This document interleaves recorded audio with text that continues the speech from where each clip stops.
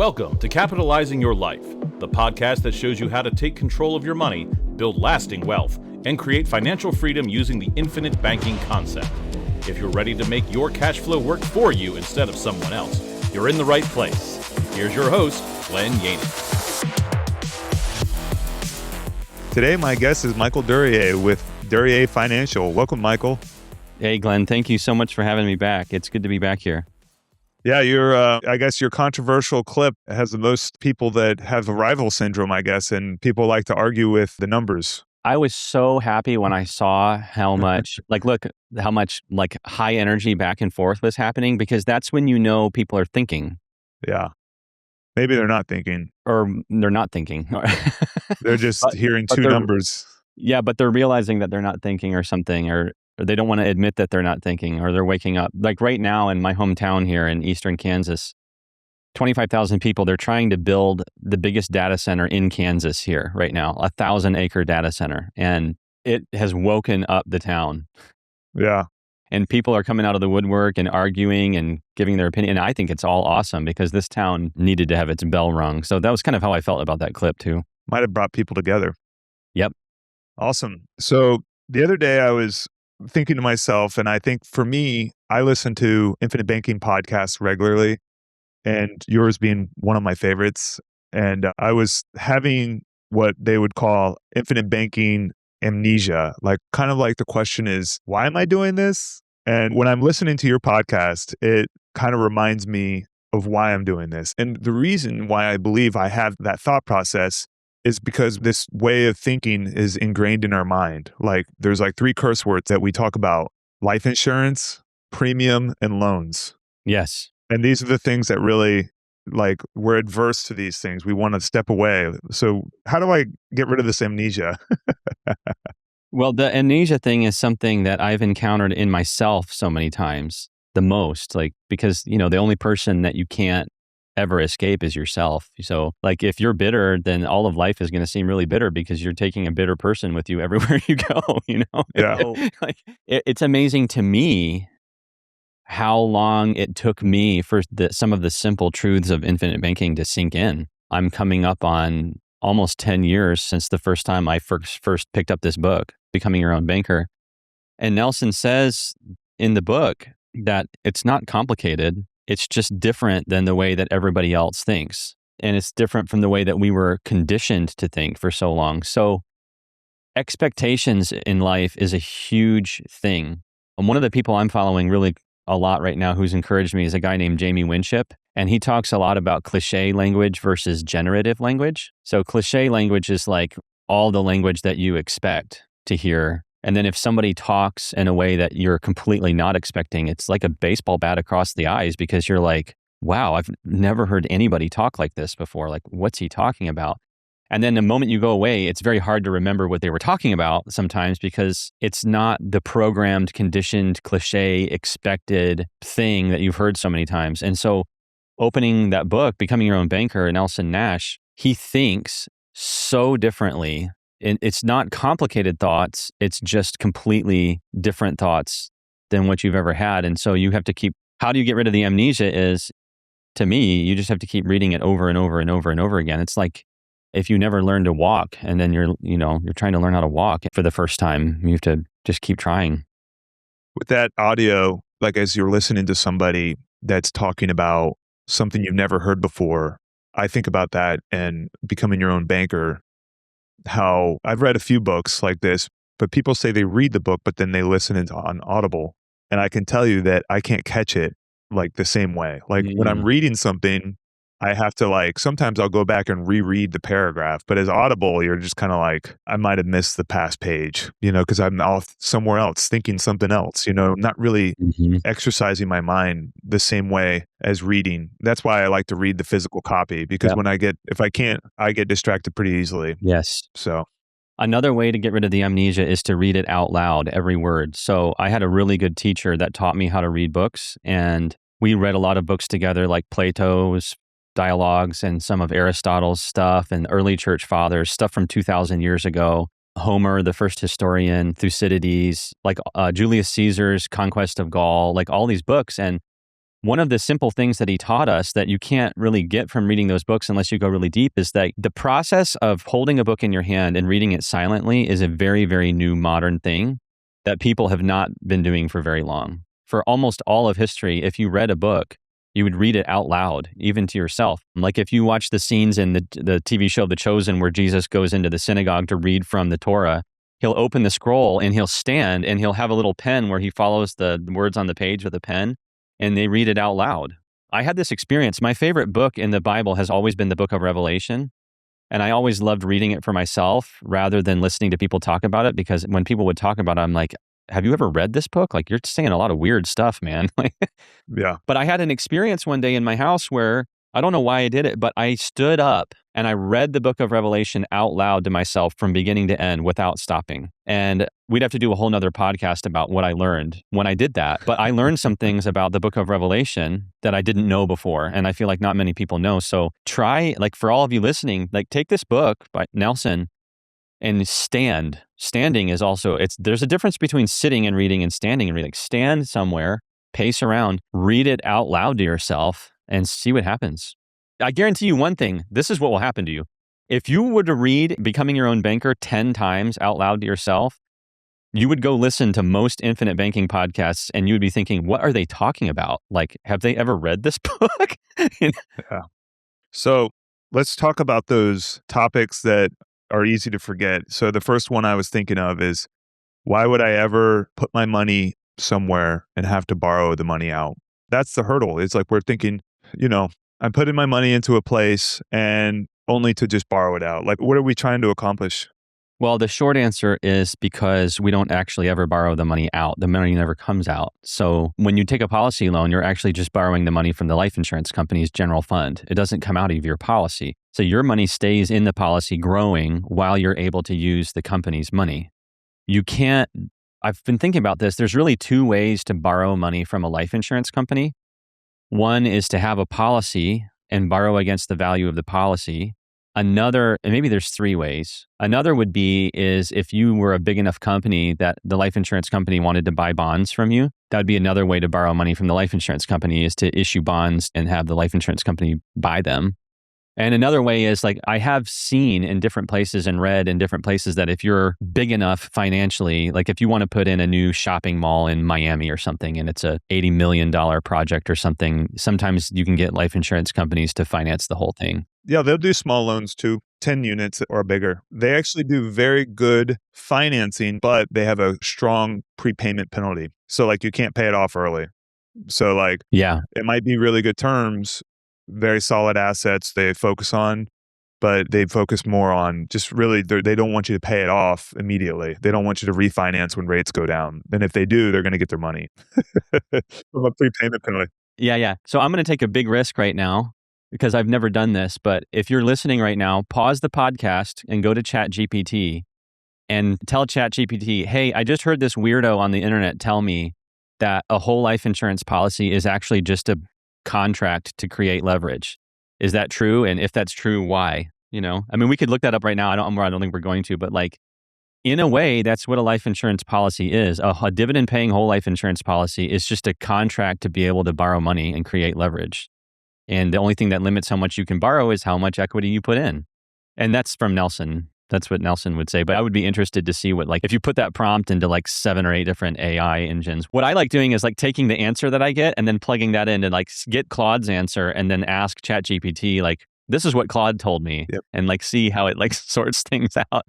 I like to, so I've had a few friends where I'll send like a prompt to give them. I'm like, hey, put this in there about infinite banking. And it's so funny because each person is a different response and they think differently about infinite banking because of the previous dialogue that somebody's had. So like if they're like, have a good friend, he's got a credit card processing company and it like goes through like all of his financial plan, not like it's like, it just talks about like his risk tolerance. It knows almost everything and it talks about the benefits. But the one thing I would say is that sometimes with AI it talks about like IUL as infinite banking. And then that's kind of when you go off. Yeah. Or they're talking about, all base policies and stuff like that. So it's kind of like, it comes down to just having the right person help you out is really what it comes down to. If there's questions, you got to like go to the source compared to, Yeah, every time. you can research things on ChatGPT, but it's like, really, there's more to the story, I would say.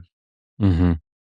That's why it's so important to just be yourself, because no one cares about your product or your service, really. They care about whether the relationship is going to work out with you. And if you're trying to pretend to be somebody else and then somebody's attracted to that, it's going to be pretty early on in the relationship where you're not going to be able to keep up that mirage, and then they're going to lose interest. And then it's like the whole, just be yourself and figure out who's interested in. And that's why it's also so important to invest in yourself so that you're improving. Because if you improve yourself, then naturally more people are going to want to work with you, no matter what it is. Yeah. You want to go to a church with a good pastor or a bad pastor? And I was also thinking about, I was having breakfast this morning. I was thinking about you this morning, and I was thinking about like when I listened to your podcast, and I was like, I don't think when I listen to you and I talk to you, I've heard you say you're not too concerned with selling life insurance, but I can tell you that when I listen to you, you are a teacher. You're not selling life insurance, or you're teaching the infinite banking concept. And I think that's really what we're talking about. Mm-hmm. And because of that is the reason, that's why I'm so drawn to talking to you regularly, because you go into the details of the way to change your way of thinking, for sure. Yeah. Yeah. Well, thank you, Glenn. I mean, it's been encouraging to talk to you ever since the first time you called, just because it makes you feel, just every time someone calls and actually wants to talk about what Nelson and Ray would say, it's like, oh, I feel a little bit less alone in the world. But to get back to the amnesia about, like, why would I borrow my own money? Well, you're not. You're borrowing everybody else's money that put premium into the system. So why do entrepreneurs borrowed money at all? Why does anybody ever use borrowed money? It's like, well, because it creates leverage. It increases the total amount of capital that you have access to. And infinite banking is just another way to increase the amount of capital that you have access to, because now your dollar's doing two things at once, essentially. Like, it's in the policy growing, your equity is in the policy growing, and that gives you access to be able to borrow the life insurance company's capital on your own terms. And it's a 0% interest only loan for life. That's really what a policy loan is. And I thought you were going to say this, but when are you not borrowing money is really the question, because you're always borrowing money. Yeah, I love it. This is where the amnesia comes from, because getting rid of amnesia is like repeating the same thing over and over again until you finally get it. So people get frustrated with Robert Kiyosaki. He's said the same four things for 50 years. Yeah. And one of the things that he never stopped saying is, in 1971, when Nixon took us off the gold standard, money became debt. In 1971, when Nixon took us off the gold standard, money became debt. In 1971, when Nixon, but it's true. Like, money is a debt instrument, and that's just how the money flows and works in societies today. Like it or not, the central banks of the world and the currencies that the governments produce to go with those banks create a system of money as a means of exchange where there is no store of value anymore. Money isn't a store of value, it's a debt instrument. And so to behave any other way, it's like trying to go 70 miles an hour in first gear. You're just destroying your engine and eating up gas. Maybe that wasn't the greatest analogy, but yeah, it is. Money in 1971, when Nixon took us off the gold standard, money became debt. It's kind of like, and you just kind of have to think about that for long enough until it finally clicks that money, like it or not, the money that we use every day is debt. Hey guys, if you'd like to learn more about the infinite banking concept and how to flow your capital through your own financing system, my team and I are here to help. With over 35 years of experience, we can guide you in building a properly structured whole life policy tailored to you and your family. See the scheduling link below. Now, back to the show. So why wouldn't I use cash compared to borrowing against my cash value life insurance? Because you can't. It's a lie. So the very question of, like, okay, should I use cash or should I use a policy loan? It's like, well, your cash is a policy loan already. Yeah. That's the real answer. It's like, so many IBC clients, they take a bunch of policy loans and then their premium comes due and their annual interest on their policy loans comes due as well. And they get pissed off about the interest because they're thinking, before I was doing business with Michael or Glenn and before they were helping me with my cash flow, I got to spend money without paying interest. And now every time I spend money because out of my policies, I have to pay interest. And that whole way of thinking is a lie. And that's what the grocery store chapter is all about in Nelson's book, about paying yourself for the cost of capital. And that the principle of you finance everything that you buy. You don't have a choice. You either pay interest to a lender, which is visible, or you give up the interest that you could have made otherwise, which is invisible. But there's always a cost of capital. There's always interest that has to be paid. So like, well, should I pay cash or should I pay a policy loan? Well, it's the same either way is really the answer.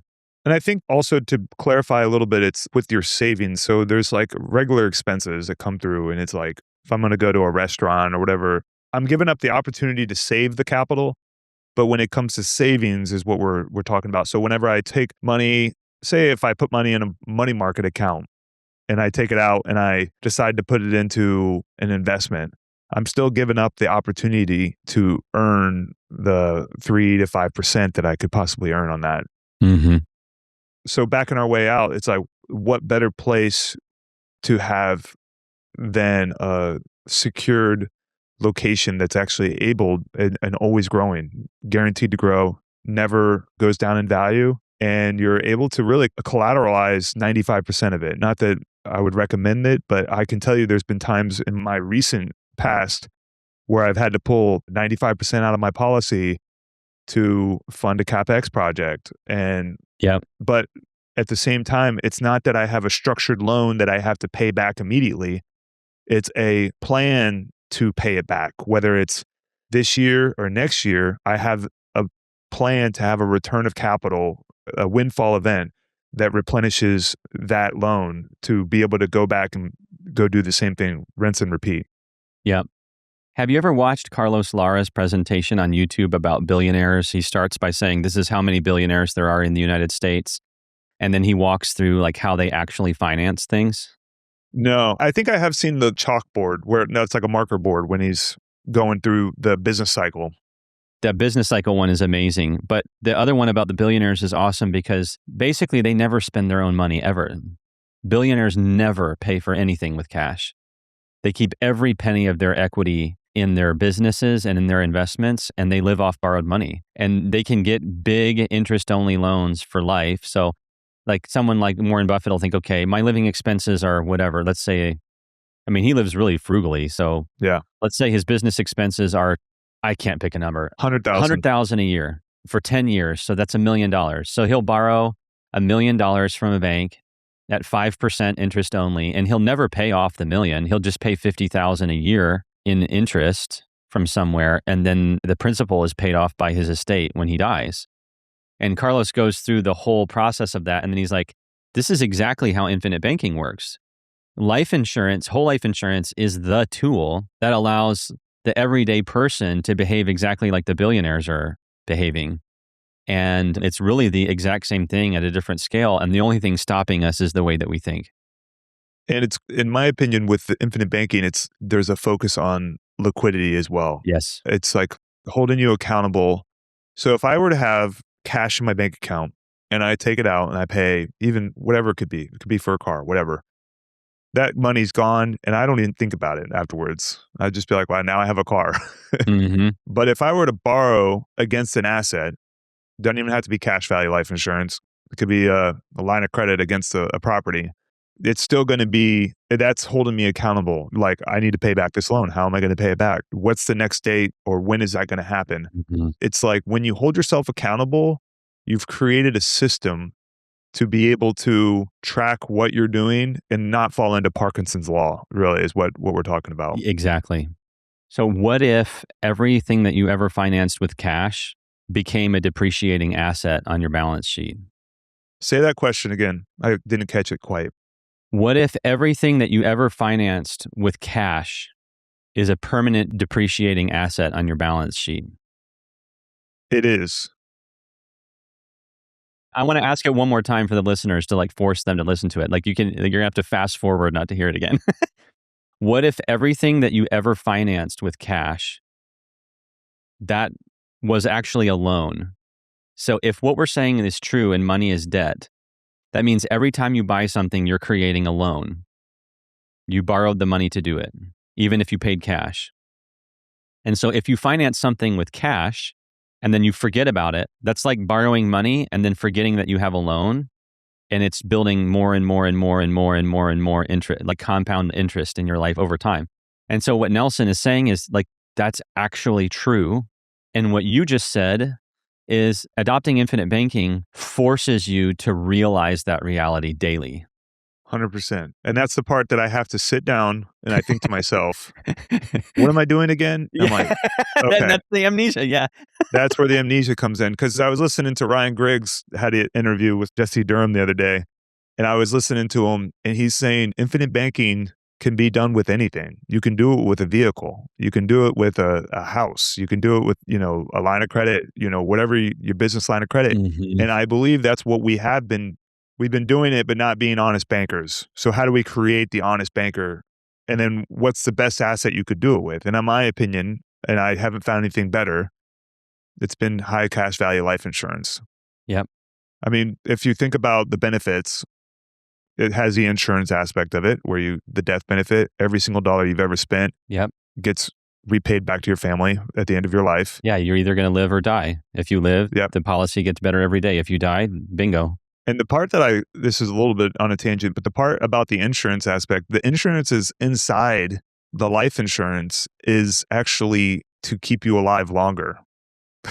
There's multiple, like the terminal illness, the long-term care, the disability. Mhm. It's if you don't have those resources, there's a chance of your life, you're going to decline faster. Well, this is the truth that people need to know, and this is not said enough that, let's see, would you buy a rental property if it only had a 2% chance of ever being profitable?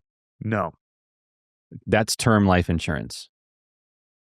And that's where the cost comes in, because over the time, your chances of actually, you don't want it to happen, but also. Yeah. What I mean by that is that when you apply for a term life insurance policy, like a 20-year term policy, if the likelihood that you're going to die in that 20-year term is higher than 2%, the company will not issue the policy. They'll figure that out and they won't issue it, which means if they do issue a whole life policy, that means they think that you're going to live longer than 20 years. Life insurance companies only, I hope I don't get in trouble. I don't care if I get in trouble for this. Life insurance companies only issue whole life policies to people that have a 98% chance of living longer than 20 years.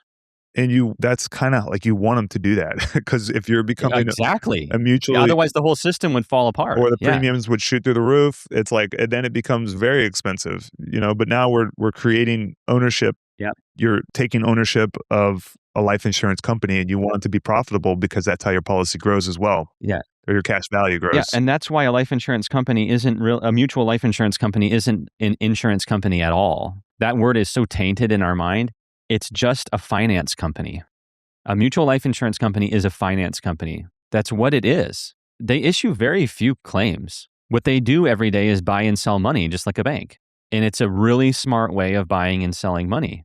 And especially if you're an entrepreneur, if you're not aware of all the options for financing to you, then your strategy, it's like playing Monopoly without knowing all the rules. Everybody in business should want to know all the rules. What's it like if I borrow from a cryptocurrency lender in Austria? What's it like if I borrow, there's people out there that will lend you liquid cash against the value of your precious metals, or, et cetera, et cetera, et cetera. I want to know, what are the advantages of borrowing money from a hard money lender on this deal versus, raising capital from investors versus borrowing from Wells Fargo. It's like, well, I didn't know that I could borrow from New York Life, or Mutual of Omaha, or whoever the company is, but that's what they're doing. Life insurance companies aren't just taking premium dollars and sitting on them and waiting for somebody to die. That's not what they do. They take the premium dollars in and then they sell them to somebody else and they get more premium dollars in and then they sell them to somebody else and then they get investment returns and they reinvest those things. And they've got money flowing in and out and in and out and in and out all the time, just like a bank, and it's just a finance company where money's flowing in and out all the time. And the infinite banking concept is the simplest, clearest explanation of how the cash flow of a mutual life insurance company actually works and how you can participate in it at any level. And if you understand the rules, it's a tremendously beneficial thing to know. Infinite banking is an investment in yourself. It's not an investment in a policy. It's an investment in your brain. So I just recently, I think it was last week, I decided that I have a handful of lines of credit. So Yeah. some of them, and I've been pretty reliant on them. Like I use them regularly.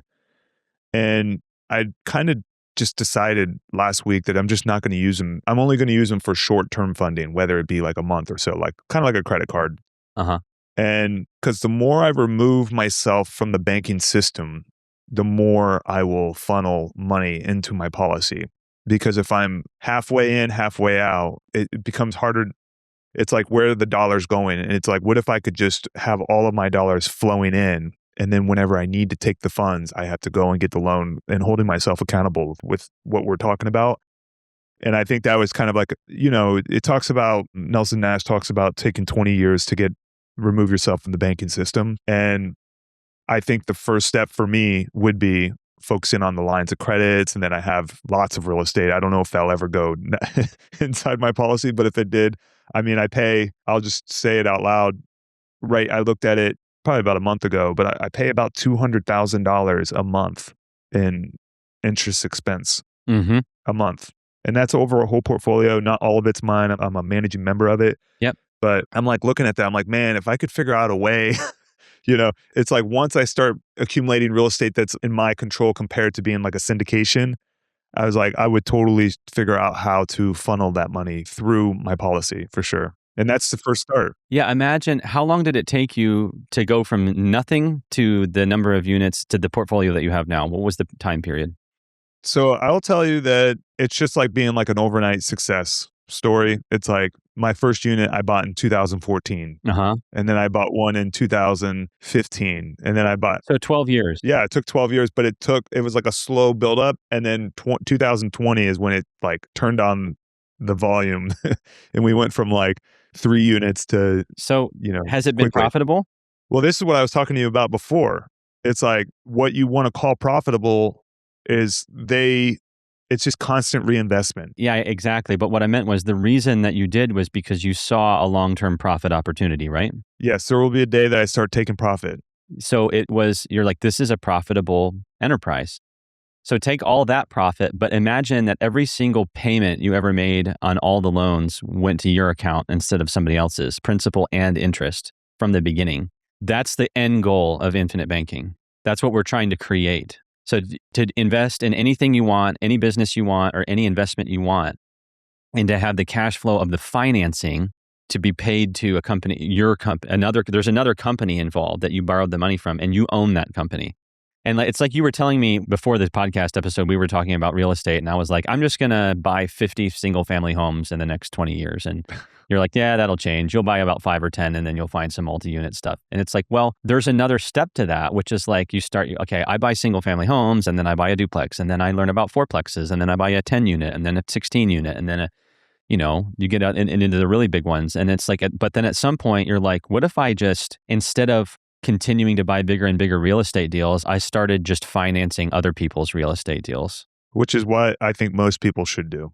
Yeah. And that's what Warren Buffett does all the time. And that's what Ray started doing, because it's like, eventually you've done so many deals that you don't want to mess with the deal itself. You just want to look at somebody else's deal and see if they're behaving well enough for it to work, and then just finance them.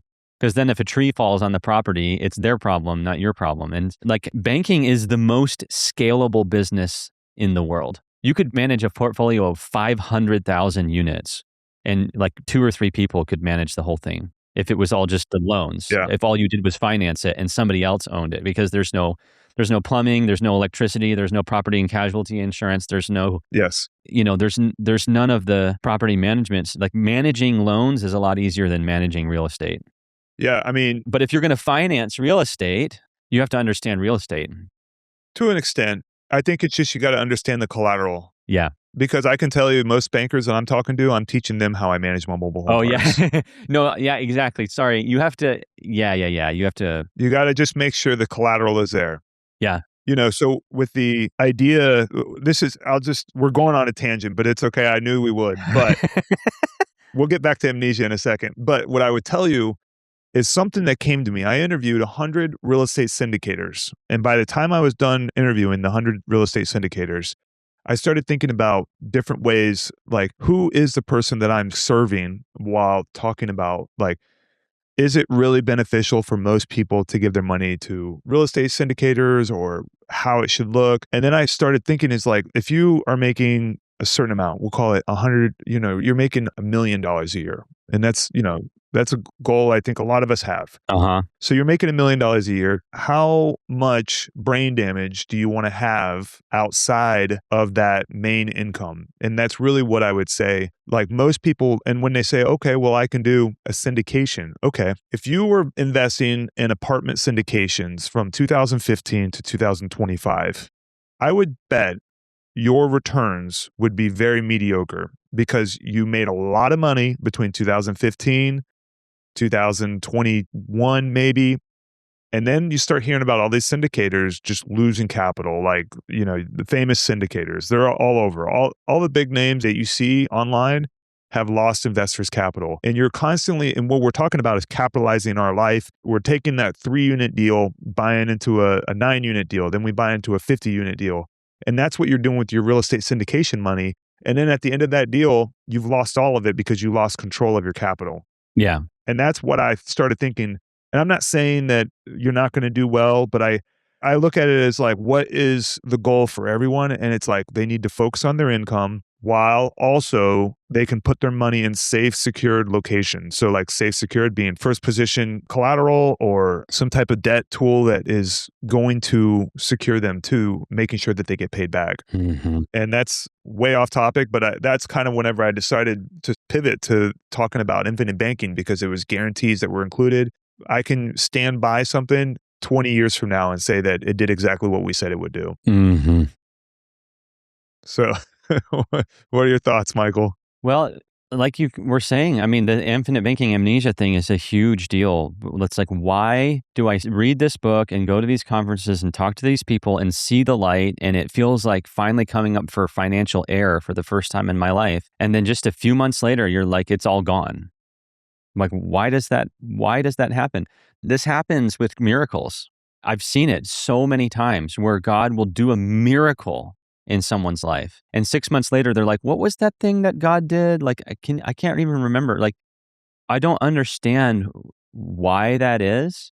So if you read the Gospels carefully, what you'll find is that Jesus expected his disciples to expect miracles. Like once you experience Jesus feeding 5,000 people with 2 loaves of bread, or you experience him walking on the water, or you experiencing him telling the thunderstorm to shut up and go away, and it does, that miracle was free.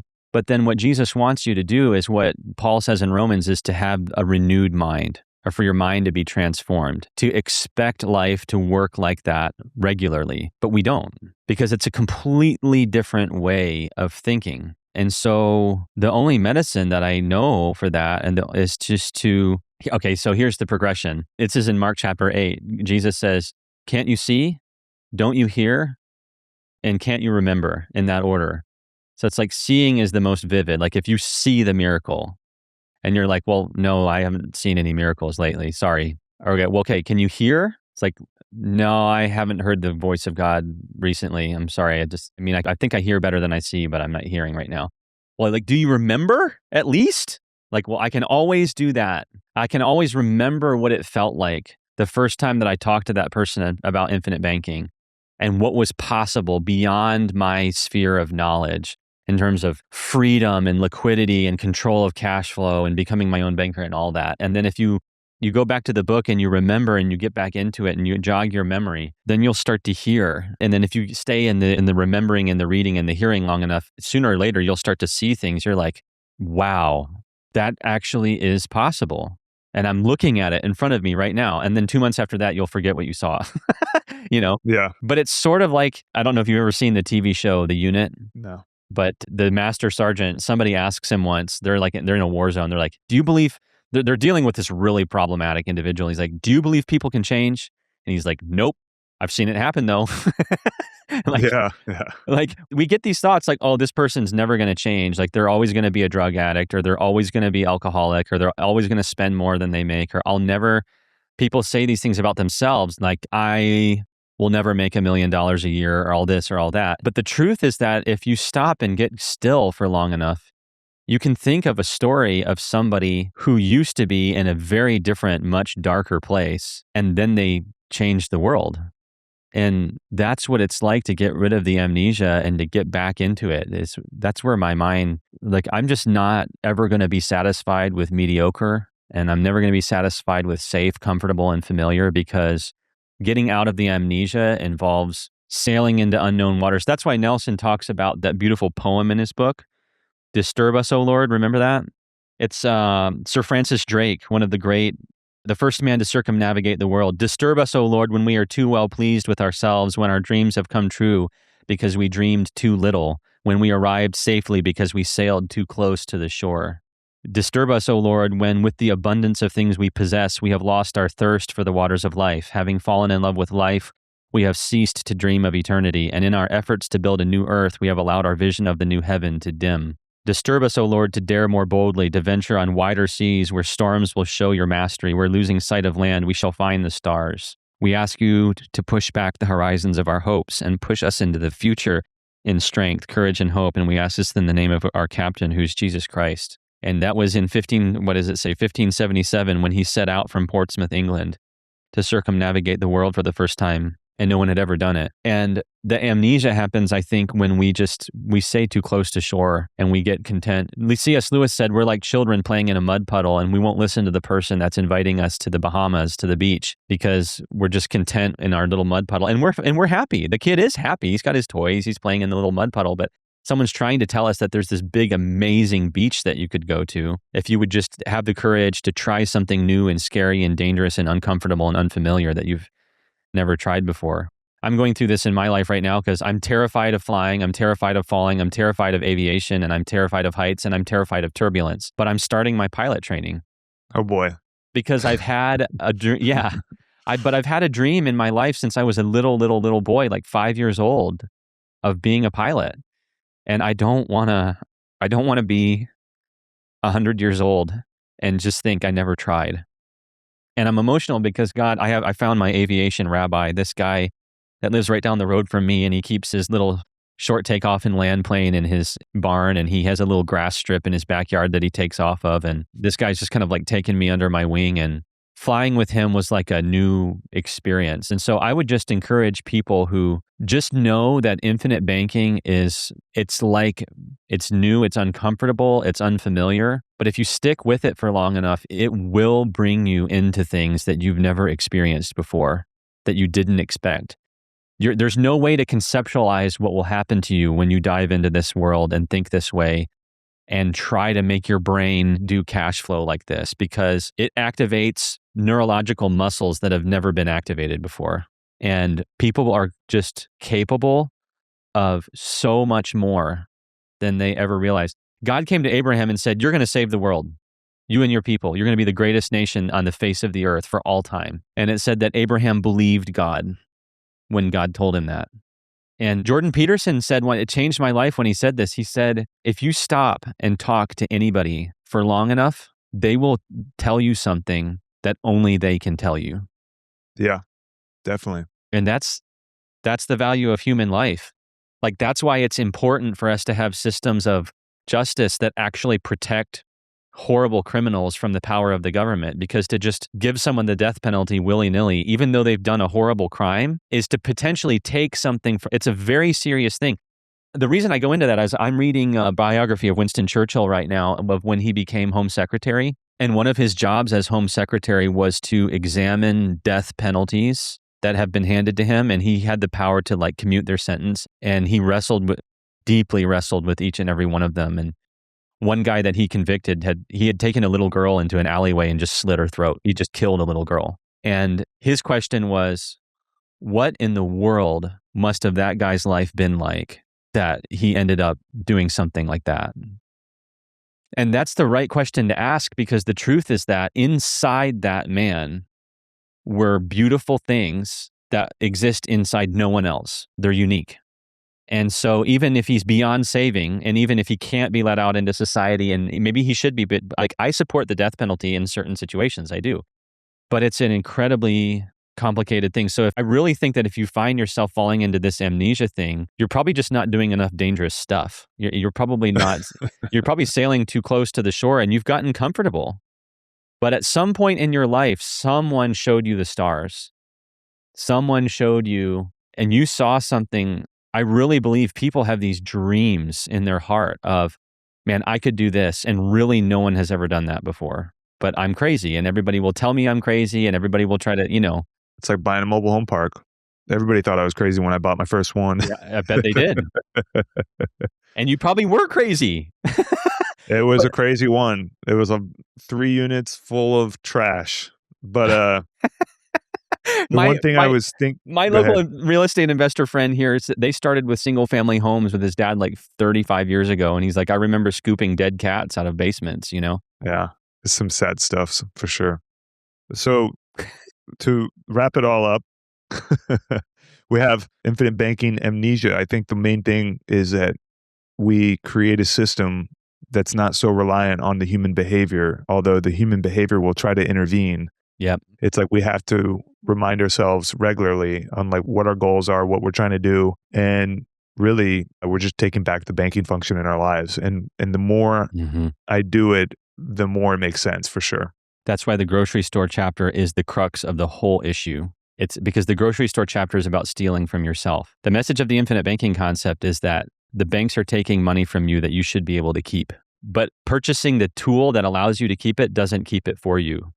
Now you can steal from yourself. You've put a stop to other people stealing from you, but you've got to decide to handle the cash flow properly so that you stop yourself from stealing from yourself.